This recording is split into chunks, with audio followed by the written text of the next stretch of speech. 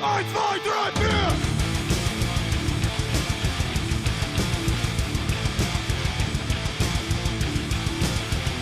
From the Rifts!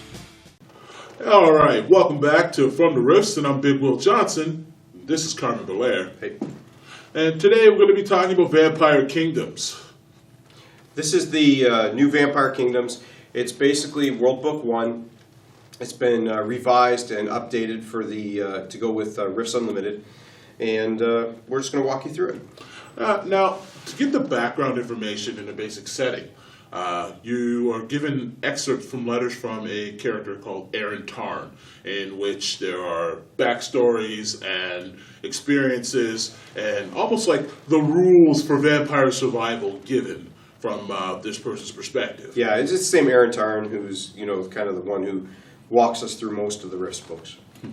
That's for all you newer players. Anyway, so first of all, I guess we should establish that the Palladium vampire is not your typical vampire. No, not wholly. It's typical yet atypical. Typical as in if you are familiar with the more Dracula-like vampire. Yeah, Dracula, yeah. That's with the whole aversion to sunlight, or actually, they don't like sunlight at all. No, they do turn into mist. They can become a bat. They can summon wolves vermin and wolves and creatures. They have those supernatural abilities. They are not the more scientific vampires that become a little more popular as of late.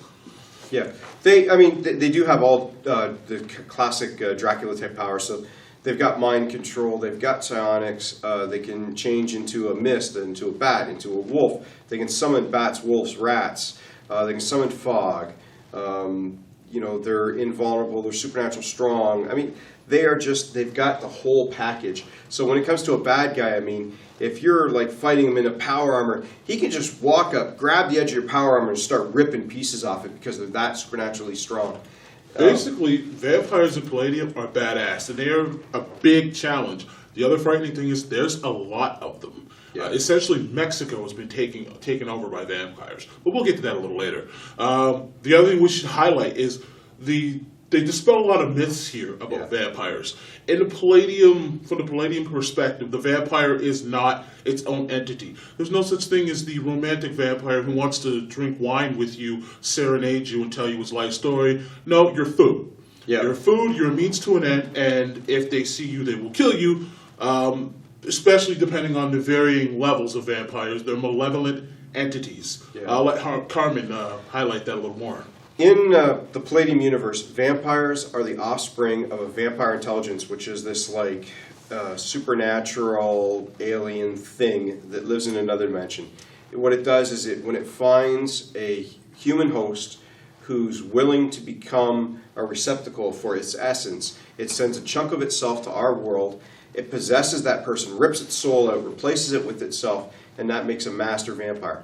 The master vampire then creates secondary vampires who they themselves can create other vampires, and they become wild vampires, and they're like the thronging, just psychotic mass. So what we're talking about is one big supernatural pyramid scheme. Yep. Nobody really profits on the bottom. This is not your grandmother. It's not your mother. This is not your long-lost friend.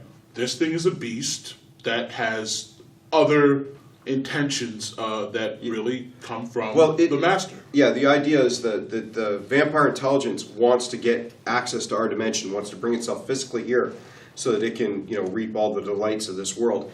And so that's why it creates more and more vampires, because once it reaches a critical number of vampires, then it can bring itself through.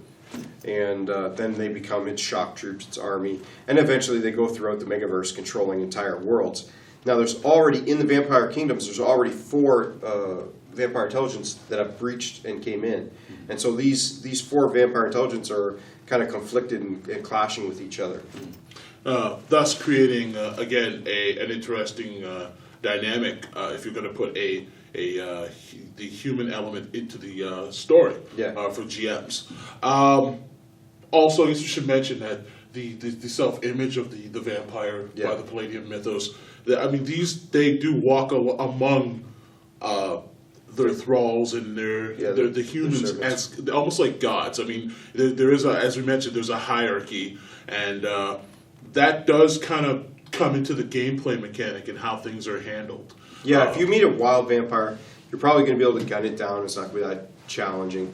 But if you meet a secondary vampire, I mean, he might have guys working for him. He'll have other servants and other creatures. And so, they're just smarter. There's more to them. I mean, if they're an ancient secondary vampire, then they'll be even a little more powerful. And then, Lord forbid you meet the master, and then the master is just everything in that. He has that entire nation under his control. And of course, the end-all and be-all of it, the vampire intelligence, is just beyond a single player group's ability to cope. I mean, you can't. I mean, it's just too powerful. Yeah, I mean, essentially, you're dealing with a god, I guess, small g. But I guess we should move on to... the next thing would probably be their weaknesses. So vampires have a host of weaknesses in here. They're very much the traditional weaknesses that you see in the Bram Stoker type Dracula.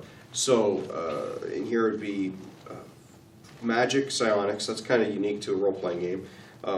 Then we have crosses, which will hold them at bay. Certain herbs, garlic, will hold them at bay. They have no reflection. They require soil from their homeland. In Mexico, that's not a big deal because they're on their homeland. Let me see, wood, silver, so wooden weapons, bullets, holy water, and then of course the one that's kind of unique in Palladium is the concept of running water. Running water. Water. Well, running water does come from some Bram Stoker's. Well, it comes from the original vampire mythologies. Yeah, that they can't cross the running water. But I know that mostly in Hollywood nowadays we move past that. Running water, that doesn't really. But for this, it does work. The concept is that it washes the vampire clean, and thereby destroys that's what it represents, and therefore that's where the destruction comes from. Yeah, it grounds it out and gets rid of it. Again, being in Mexico, though, not a lot of water in some areas. Well, that's why they take over Mexico. But it means that a water cannon, your super soaker, a handful of water balloons, all are powerful weapons.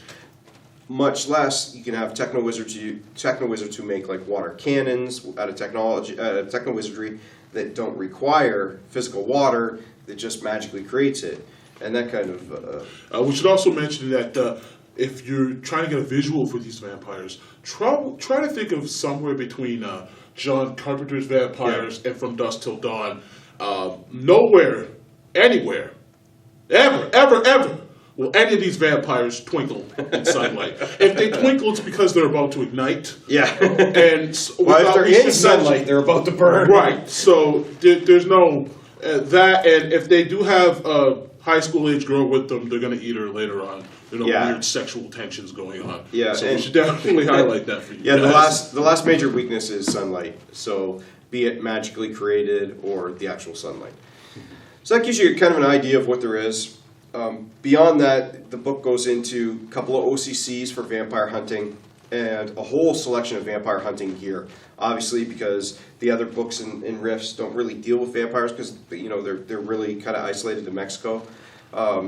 I guess it's really awesome because you get things made out of wood that you would just not think of. Yeah, I mean, if you have a glitter boy in most settings, the glitter boy just walks through and smashes everything. Well, his glitter rounds, just the normal rounds, are useless. They're just, you might as well be shooting a pea shooter at them. But you could replace those with wood rounds, and now it's a weapon against them. Weapon of mass destruction against vampires. Okay. After that, we got the geographical